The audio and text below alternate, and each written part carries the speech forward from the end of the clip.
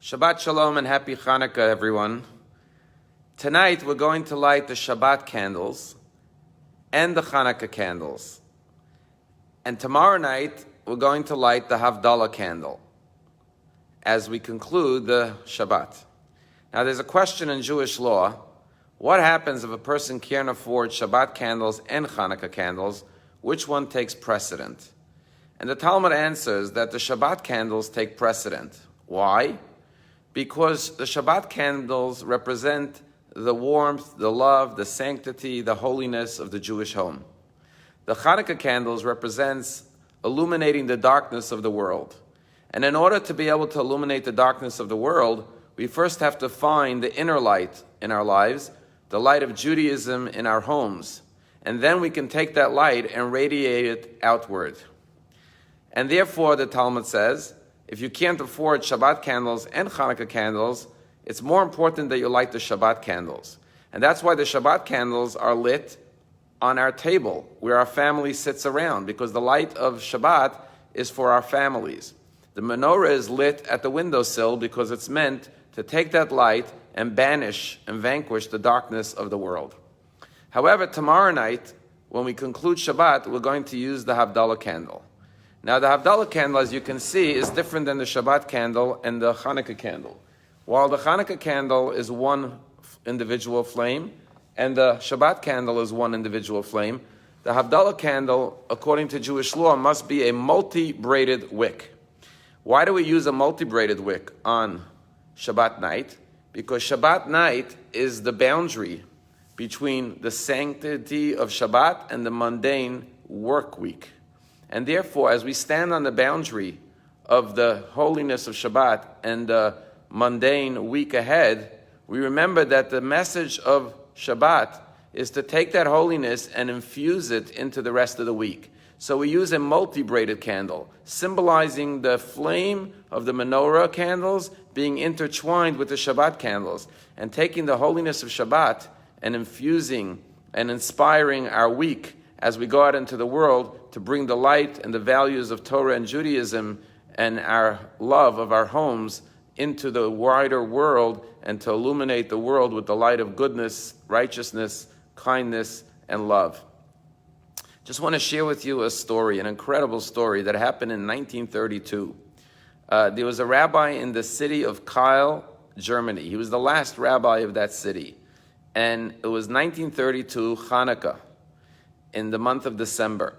And the Rebbitzin, Royal Poinciana, set up the menorah on the windowsill. And she was about to light the menorah, and as the custom is, we first light the menorah on Friday night, and then we light the Shabbat candles. Her husband, Rabbi Dr. Akiva Poinciana, lit the menorah with the family standing around the windowsill. After her husband lit the menorah, she was about to go light her Shabbos candles when she noticed that across from her window, from her apartment, was a large Nazi flag draped over a building. Because right across the street from her home was actually the Nazi headquarters of her city. And she saw the way the menorah was directly opposite the Nazi flag. And so before she lit her Shabbos candles, she ran and took out her camera and snapped a photograph. And in this photograph, which is a famous black and white photograph, you see the beautiful menorah lit. It was the last night of Chanukah, so all the 8 candles are burning. And in the background, across the street, you see in the background of this lit menorah, the Nazi flag. Rochel Poinciana quickly put away the camera and lit the Shabbat candles. When she developed that photograph, she wrote in Yiddish on the back of the black and white photograph, "Death to the Jews. Thus says the flag. The Jewish people will live on forever. Thus answers the candles." Thankfully, they were able to immigrate from Germany, the Poinciana family, to Israel in 1933. But literally a month after that photograph was taken, Hitler, cursed be his name, Yamach Shemo, rose to power in Germany and tragically murdered 6 million of our brothers and sisters. However, the Poinciana family lived on in the land of Israel. And every year, Rabbi Dr. Akiva Posner's great-grandson, whose name is Akiva Mansbach, takes out his Israeli IDF uniform and takes the menorah that his great-grandfather brought with him to the land of Israel, puts it on his windowsill opposite an Israeli flag, and lights the menorah and reads the message on the back of the photograph to his family. Death to the Jews, thus says the flag. Am Yisrael Chai, the Jewish people will live forever. Thus responds the menorah candles.